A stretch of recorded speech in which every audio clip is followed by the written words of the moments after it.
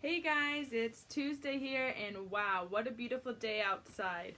Hope you've been getting outside and doing some active, especially if you're in PE, and if you're not in PE, it's still important to be active. So get outside and do something, enjoy the weather, adults and kids. But let's get back and see what type of outdoor activities Bilbo and his friends are on. Remember, they had just gotten the boat to pass going through the river, so we'll see if they can all make it across.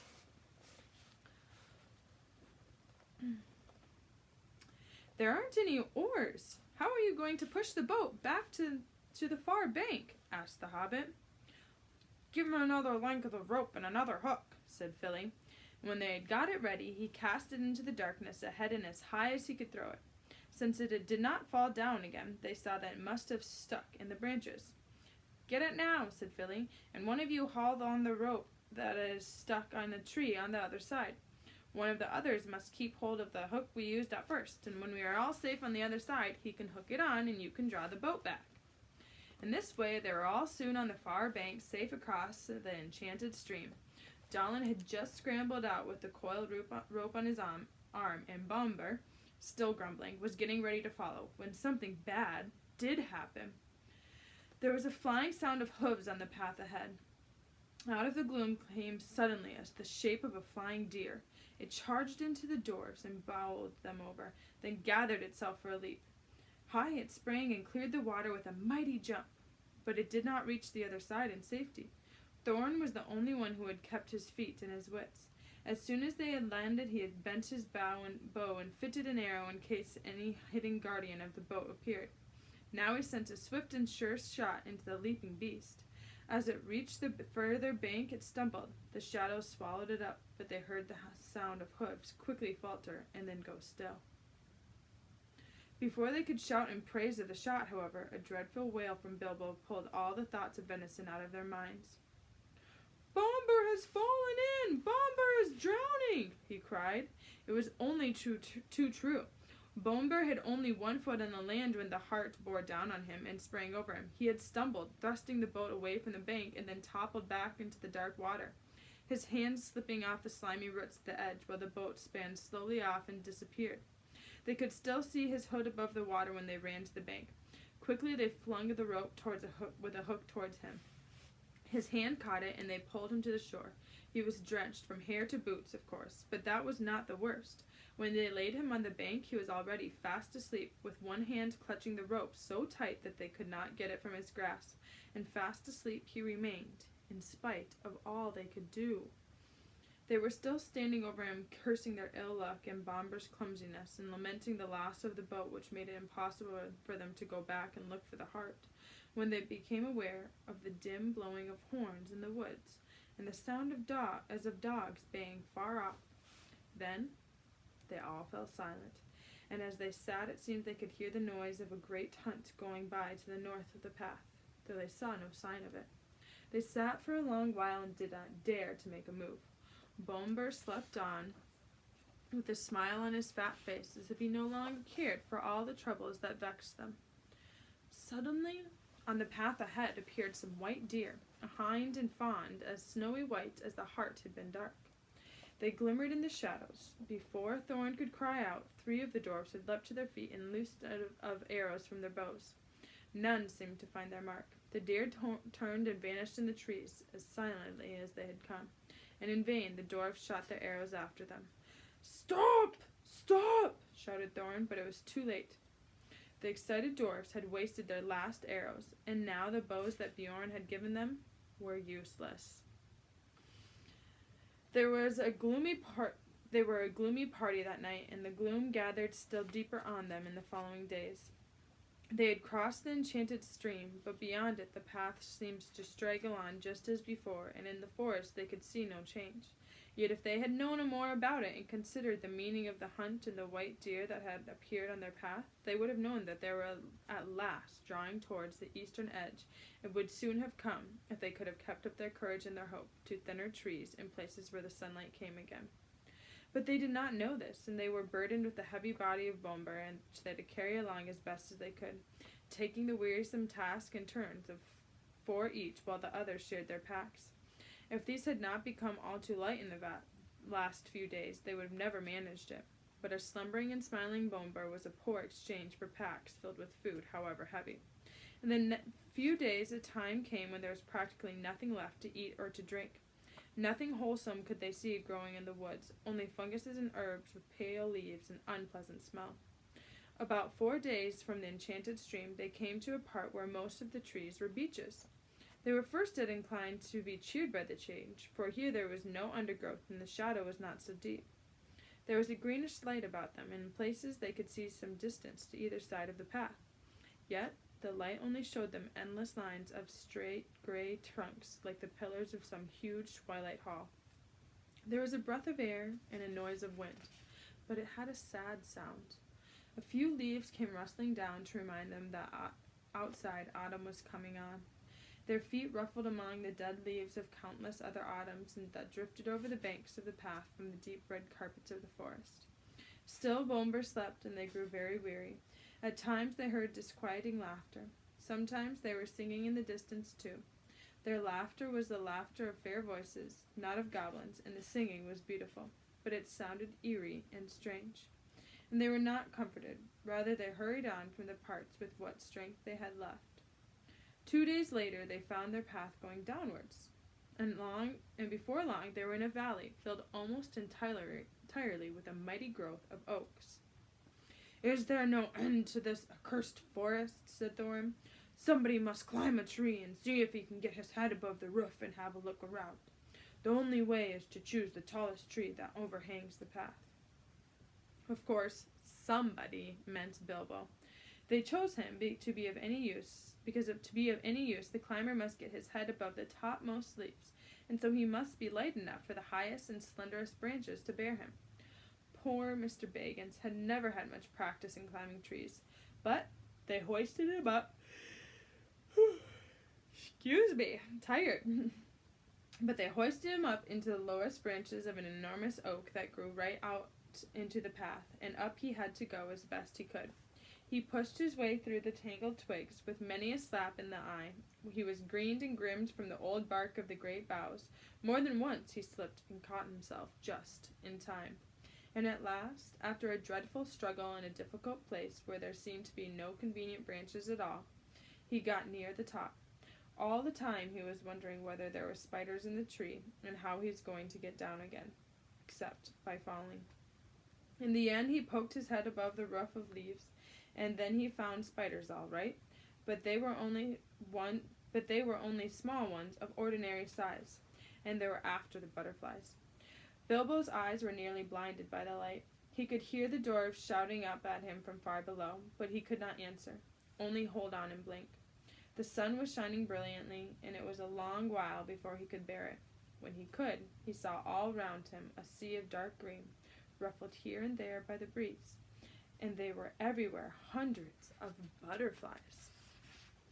I expect they were a kind of purple emperor, a butterfly that loves the top of oak woods, but these were not purple at all. They were a dark, velvety black, without any markings to be seen. He looked at the black emperors for a long time and enjoyed the feeling of the breeze in his hair and on his face. But at length the cries of the dwarves, who were now simply stamping with impatience down below, reminded him of his real business. It was no good. Gaze as much as he might, he could see no end to the trees and the leaves in any direction. His heart, that had been lightened by the sight of the sun and the feel of the wind, sank back into his toes. There was no food to go back to down below. Actually, as I have told you, they were not far off the edge of the forest, and if Bilbo had the sense to see it, the tree he had climbed, though it was tall in itself, was standing near the bottom of a wide valley, so that from its top the trees seemed to swell up round like the edge of a great bowl, and he could not expect to see how far the forest lasted. Still, he did not see this, and he climbed down full of despair. He got to the bottom again at last, scorched, hot, and miserable, and he could not see anything in the gloom below when he got there. His report soon made the others as miserable as he was. "The forest goes on for ever and ever and ever in all directions. Whatever shall we do? And what is the use of sending a hobbit?" they cried, as if it was his fault. They did not care did not care tuppence about the butterflies and were only made more angry when we told them of the beautiful breeze, which they were too heavy to climb up and feel. That night they ate their very last scraps and crumbs of food. The next morning when they woke, the first thing they noticed was that they were still gnawingly hungry. And the next thing was that it was raining, and that here and there the drip of it was dropping heavily on the forest floor. That only reminded them that they were also parchingly thirsty, without doing anything to relieve them. You cannot quench a terrible thirst by standing under giant oaks and waiting for a chance drip to fall on your tongue. The only scrap of comfort there was came unexpectedly from Bomber. He woke up suddenly and sat up, scratching his head. He could not make out where he was at all, nor why he felt so hungry, for he had forgotten everything that had happened since they started their journey that May morning long ago. The last thing he remembered was the party at the Hobbit's house, and they had great difficulty in making him believe their tale of all the many adventures they had had since. When he heard that there was nothing to eat, he sat down and wept, for he felt very weak and wobbly in the legs. "Why did I ever wake up?" he cried. "I was having such a beautiful dream. I dreamed I was walking in the forest, rather like this one, only lit with torches on the trees and lamps swinging from the branches and fires burning on the ground. And there's a great feast going on forever. A woodland king was there with a crown of leaves, and there's a merry singing, and I could not count or describe the things there were to eat and drink." "You need not try," said Thorn. "In fact, if you can't talk about something else, you'd better be silent. We are quite annoyed enough with you as it is. If you hadn't waken up, we should have left you to your idiotic dreams in the forest. You are no joke to carry, even after weeks of short commons." There was nothing now to be done but to tighten the belts around their empty stomachs, and hoist their empty sacks and packs, and trudge along the track without any great hope of ever getting to the end, before they lay down and died of starvation. This they did all day, going very slowly and wearily, while Bomber kept on wailing that his legs would not carry him, that he wanted to lie down and sleep. "No, you don't," they said. "Let your legs take their share. We have carried you far enough." All the same, he suddenly refused to go a step further and flung himself on the ground. "Go on if you must," he said. "I'm just going to lie here and sleep and dream of food. If I can't get it any other way, I hope I never wake up again." At that very minute, Balin, who was a little way ahead, called out, "What was that? I thought I saw a twinkle of light in the forest."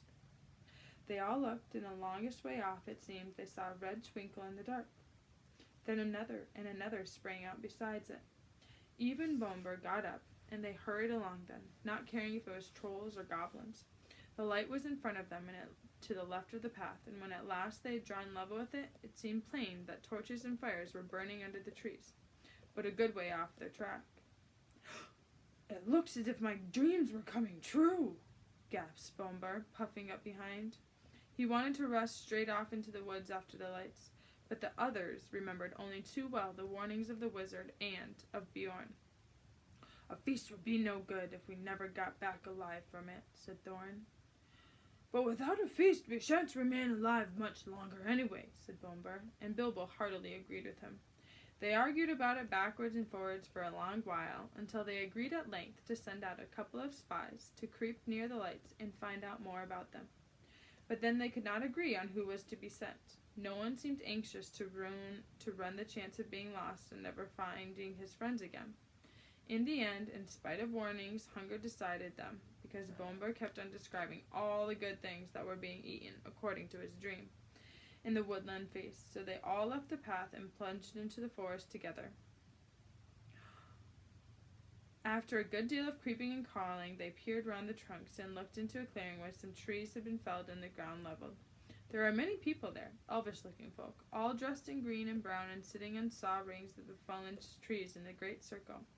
There was a fire in the midst, and there were torches fastened to some of the trees round about. But most splendid to sight of all, they were eating and drinking and laughing merrily. The smell of roast meats was so enchanting that without waiting to consult one another, every one of them got up and scrambled forwards into the ring with the idea of begging for some food. No sooner than they had stepped into the clearing than all the lights went out as by magic. Somebody kicked the fire and it went up in rockets of glitters and sparks and vanished. They were lost in a completely lightless dark, and they could not even find one another, not for a long time at any rate. After blundering frantically in the gloom, falling over logs, bumping, crashed into trees, and shouting and calling, they must have walked everything in the forest for miles. At last, they managed to gather themselves in a bundle and count themselves by touch. By that time, they had, of course, quite forgotten in which direction the path lay, and they were all hopelessly lost, at least till morning. There was nothing for it but to settle down for the night where they were. They did not even dare to search on the ground for scraps of food for fear of becoming separated again. But they had not been lying long, and Bilbo was only just getting drowsy, when Dory, whose turn it was to watch first, said in a loud whisper, "The lights are coming out again, over there, and there are more than ever of them." Up they all jumped. There, sure enough, not far away, were scores of twinkling lights, and they heard the voices and the laughter quite plainly. They crept slowly towards them, in a single line, each touching the back of the one in front. When they got near, Thorin said, "No rushing forward this time. No one is to stir from hiding till they say. I shall send Mr. Baggins alone first to talk to them. They won't be frightened of him." "What about me of them?" thought Bilbo. "And anyways, I hope they won't do anything nasty to him." When they got to the edge of the circle of lights, they pushed Bilbo suddenly from behind. Before he had time to slip on his ring, he stumbled forward into the full blaze of fire and torches. It was no good. Out went all the lights again, and complete darkness fell. If it had been difficult collecting themselves before, it was far worse this time, and they simply could not find the Hobbit. Every time they counted themselves, it only made 13. They shouted and called, "Bilbo Baggins! Hobbit, you dreaded Hobbit! Hi, Hobbit! Confiscate you! Where are you?" And other things of that sort. But there was no answer. They were just giving up hope when Dory stumbled across them by sheer luck. In the dark he fell over what he thought was a log, and he found it was the Hobbit curled up fast asleep. It took a good deal of shaking to wake him, and when he was awake he was not pleased at all. "I was having such a lovely dream," he grumbled, "all about the most gorgeous dinner." "Good heavens, he's gone like Bomber," they said. "Don't tell us about dreams. Dream dinners aren't any good, and we can't share them." "They are the best I am likely to get in this beastly place," he muttered, as he lay down beside the dwarves and tried to get back to sleep and find his dream again. But that was not the last of the lights in the forest. Later, when the night must have been getting old, Killy, who was watching then, came and roused them all again, saying, "There's a regular blaze of light begun not far away. Hundreds of torches and many fires that must have been lit suddenly and by magic. And hark to the singing and the harps!" After listening and lying for a while, they found they could not resist the desire to go nearer and try once more to get help. Up they got again, and this time the result was disastrous. The feast they now saw was greater and more magnificent than before. At the head of a long line of feasters sat a woodland king with a crown of leaves upon his golden hair, very much as Boombar had described the figure in his dream. The elvish folk were passing bowls from hand to hand and across the fires, and some were harping and many were singing. Their gleaming hair was twined with flowers, green and white gems glinting on the collars and their belts, and their faces and their songs were filled with mirth. Loud and clear and fair were these songs, and out stepped Thorin in the midst. Dead silence fell in the middle of a word. One light went out with all light. The fire leapt up in black smoke. Ashes and cinders were in the eyes of the dwarves, and the wood was filled again with clamor and their cries. Bilbo found himself running round and round, as he thought, and calling, "Dory, Nori, Ori, Oin, Gloin, Filly, Killy, Boomber, Biffer, Bofer, Dolan, Bon, Thorin, Oakenshield," while people could not see or feel were doing the same all around him, with an occasional Bilbo thrown in. But the cries of the others got steadily further and fainter, and though after a while it seemed to him they changed to yells and cries for help in the far distance, all noise at last died right away. Then he was left alone in complete silence and darkness. I think we'll stop there. Yikes. Interesting. Do you think the people that they're trying to meet up with are helpful? Do you think they'll be able to get back on the path? Will they even be able to find each other? Who knows? Tune in next time to see. Also, side note, We are about halfway through. Nice. On day 15. Halfway. Well, that's it for today. Know you're loved. Bye.